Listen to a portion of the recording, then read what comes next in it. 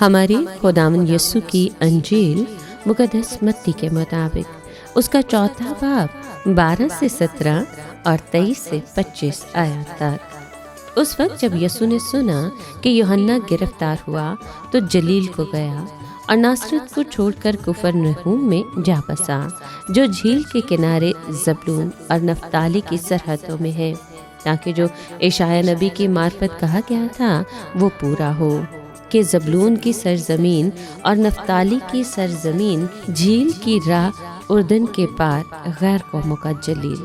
جو لوگ اندھیرے میں بیٹھے تھے انہوں نے بڑی روشنی دیکھی، اور جو موت کے ملک اور سائے میں بیٹھے تھے ان پر روشنی چمکی۔ اسی وقت سے یسوع نے منادی کرنا اور یہ کہنا شروع کیا کہ توبہ کرو، کیونکہ آسمان کی بادشاہی نزدیک آ گئی ہے۔ اور یسوع تمام جلیل میں پھرتا رہا اور ان کے عبادت خانوں میں تعلیم دیتا اور بادشاہت کی خوشخبری کی منادی کرتا، اور لوگوں کی ہر ایک بیماری اور کمزوری دور کرتا رہا۔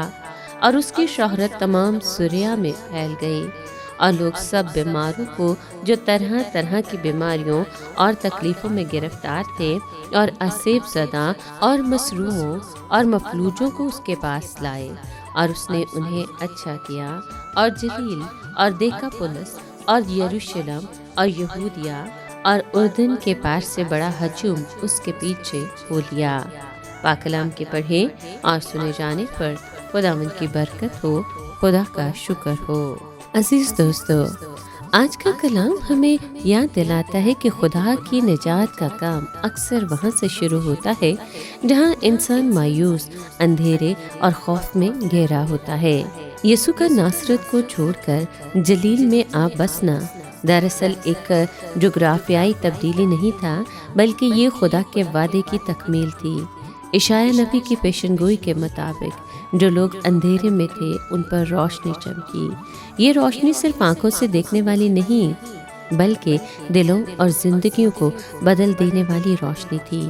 یسوع کی پہلی منادی توبہ کرو، آسمان کی بادشاہی نزدیک ہے، یہ ہمیں دعوت دیتی ہے کہ ہم اپنی سوچ، اپنے رویے اور اپنی زندگی کا رخ بدلیں۔ توبہ صرف گناہوں سے دوری نہیں، بلکہ خدا کی طرف مکمل رجوع کا نام ہے۔ یہ اعلان آج بھی اتنا ہی زندہ اور مؤثر ہے جتنا اس وقت تھا۔ یسوع نہ صرف تعلیم دیتا ہے بلکہ شفا بھی بخشتا ہے۔ وہ لوگوں کی جسمانی بیماریوں کے ساتھ ساتھ ان کی روحانی ٹوٹ پھوٹ کو بھی شفا دیتا ہے۔ بدروحوں سے آزاد کرنا، مفلوجوں کو چلانا اور دکھ اٹھانے والوں کو آرام دینا، اس بات کا ثبوت ہے کہ خدا کی بادشاہی الفاظ تک محدود نہیں بلکہ عمل اور قدرت کے ساتھ ظاہر ہوتی ہے۔ اور پھر مختلف علاقوں سے بڑی بھیڑ کا یسوع کے پیچھے آنا اس بات کی علامت ہے کہ جب خدا کی سچائی اور محبت ظاہر ہوتی ہے تو وہ سرحدوں، قوموں اور فرقوں سے بالا تر ہو کر لوگوں کو اپنی طرف کھینچ لیتی ہے۔ آج کا کلام ہمیں دعوت دیتا ہے کہ ہم بھی اس روشنی کو قبول کریں، توبہ کے ذریعے اپنی زندگی بدلیں اور دوسروں کے لیے خدا کی محبت اور شفا کا ذریعہ بنیں۔